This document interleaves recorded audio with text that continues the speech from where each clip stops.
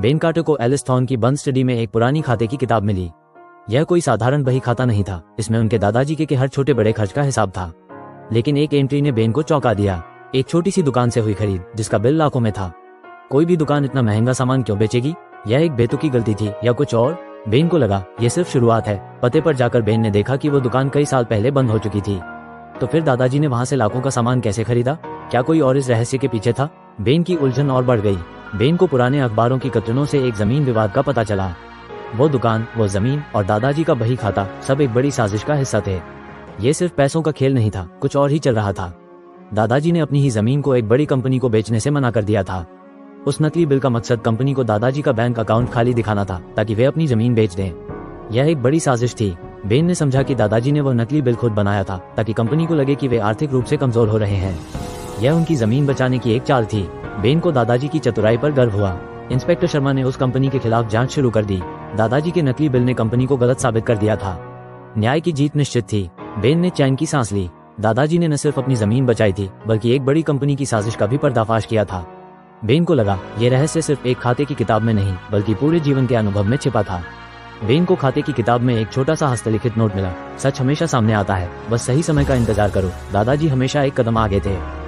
उनका असली संदेश अब स्पष्ट था।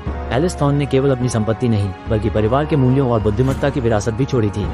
बेन ने अब इस विरासत को आगे बढ़ाने का संकल्प लिया। बेन कार्टर को एलिस थॉर्न की बंद स्टडी में एक पुरानी खाते की किताब मिली। यह कोई साधारण बही खाता नहीं था, इसमें उनके दादाजी के हर छोटे बड़े खर्च का हिसाब था। लेकिन एक एंट्री ने बेन को चौंका दिया। एक छोटी सी दुकान से हुई खरीद जिसका बिल लाखों में था। कोई भी दुकान इतना महंगा सामान क्यों बेचेगी? यह एक बेतुकी गलती थी या कुछ और? बेन को लगा यह सिर्फ शुरुआत है। पते पर जाकर बेन ने देखा कि वो दुकान कई साल पहले बंद हो चुकी थी। तो फिर दादाजी ने वहां से लाखों का सामान कैसे खरीदा? क्या कोई और इस रहस्य के पीछे था? बेन की उलझन और बढ़ गई। बेन को पुराने अखबारों की कतरनों से एक जमीन विवाद का पता चला। वो दुकान, वो जमीन और दादाजी का बही खाता सब एक बड़ी साजिश का हिस्सा थे। ये सिर्फ पैसों का खेल नहीं था, कुछ और ही चल रहा था। दादाजी ने अपनी ही जमीन को एक बड़ी कंपनी को बेचने से मना कर दिया था। उस नकली बिल का मकसद कंपनी को दादाजी का बैंक अकाउंट खाली दिखाना था ताकि वे अपनी जमीन बेच दें। यह एक बड़ी साजिश थी। बेन ने समझा कि दादाजी ने वो नकली बिल खुद बनाया था ताकि कंपनी को लगे कि वे आर्थिक रूप से कमजोर हो रहे हैं। यह उनकी जमीन बचाने की एक चाल थी। बेन को दादाजी की चतुराई पर गर्व हुआ। इंस्पेक्टर शर्मा ने उस कंपनी के खिलाफ जांच शुरू कर दी। दादाजी के नकली बिल ने कंपनी को गलत साबित कर दिया था। न्याय की जीत निश्चित थी। बेन ने चैन की सांस ली। दादाजी ने न सिर्फ अपनी जमीन बचाई थी बल्कि एक बड़ी कंपनी की साजिश का भी पर्दाफाश किया था। बेन को लगा यह रहस्य सिर्फ एक खाते की किताब में नहीं बल्कि पूरे जीवन के अनुभव में छिपा था।